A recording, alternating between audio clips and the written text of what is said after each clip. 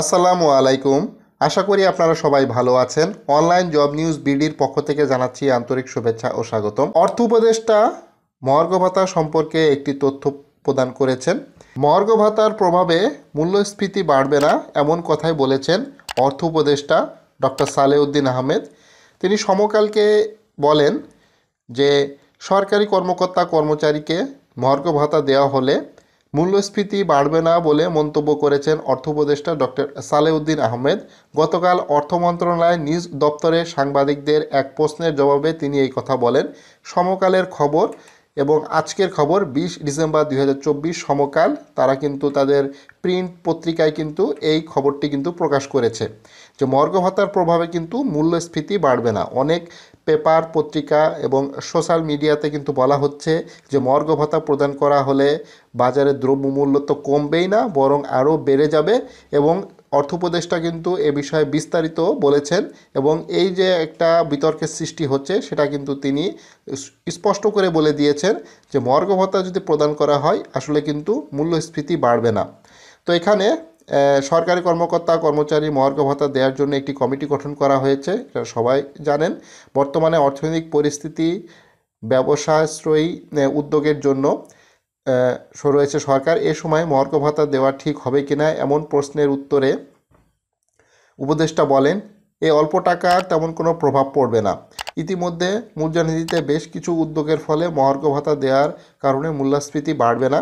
সরকারি কর্মকর্তা কর্মচারীকে এই ভাতা দেওয়া হলে বেসরকারি খাতে কি হবে এমন প্রশ্নে তিনি বলেন, বেসরকারি খাতে চাকরিজীবীদের জন্য বেতন বাড়ার বিষয়টি অর্থ মন্ত্রণালয়ের নয়।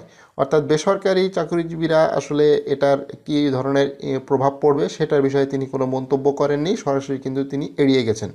এছাড়াও তিনি আরও কিছু তথ্য দিয়েছেন, সেটা হচ্ছে বেক্সিমকো গ্রুপের সরকারের পক্ষ থেকে 180 কোটি টাকা ঋণ দেওয়া হয়েছে। এটি অব্যাহত থাকবে কিনা জানতে চাইলে অর্থ উপদেষ্টা বলেন, মানবিক কারণে বেক্সিমকো গ্রুপের শ্রমিকদের মজুরির জন্য টাকা দেওয়া হয়েছিল, সে টাকা শ্রমিকদের ব্যাংক অ্যাকাউন্টে দিয়ে দেওয়া হয়েছে। এটা না দেওয়া হলে তারা রাস্তায় অবরোধ করত। তবে ইতিমধ্যে সিদ্ধান্ত হয়েছে গ্রুপের শ্রমিকদের মজুরি দেওয়ার জন্য আর কোনো টাকা সরকারের পক্ষ থেকে দেওয়া হবে না। তো তারা কিন্তু কিছু টাকা সরকার কিন্তু দিয়ে হেল্প করছে।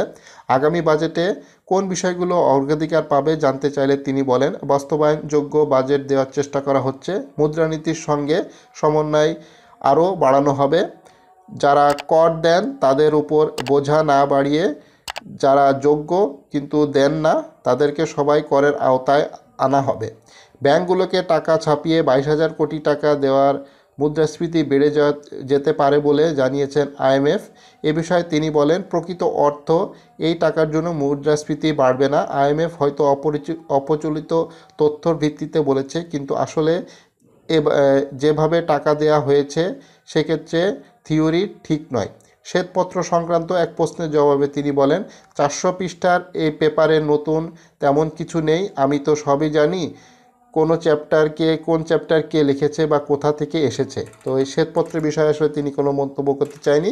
মূল যে বিষয়টা সেটা হচ্ছে মহার্ঘ ভাতার প্রভাবে কিন্তু আসলে যে মুদ্রাস্ফীতি বাড়বে এই সংক্রান্ত কিন্তু বিভিন্ন পত্রপত্রিকায়, সোশ্যাল মিডিয়ায়, ইউটিউবে এবং যে ইলেকট্রনিক মিডিয়াতে কিন্তু আলোচনা সমালোচনা হচ্ছে এবং বিভিন্ন লোকজন বিভিন্নভাবে কথা বলতেছে।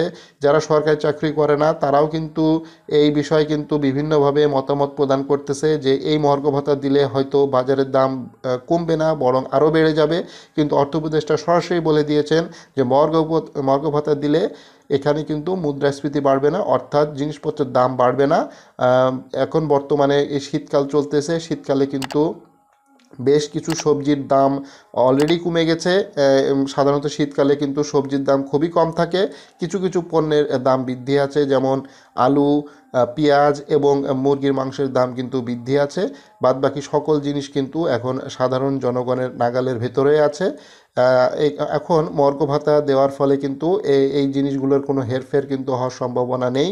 তো অনেক পত্রিকায় কিন্তু এ বিষয়ে বিভিন্ন মতামত, বিভিন্ন প্রতিক্রিয়া কিন্তু জানাচ্ছে। তো এই সংক্রান্ত ভিডিও দেখার জন্য আমার online job news BD YouTube চ্যানেলটি সাবস্ক্রাইব করে রাখবেন।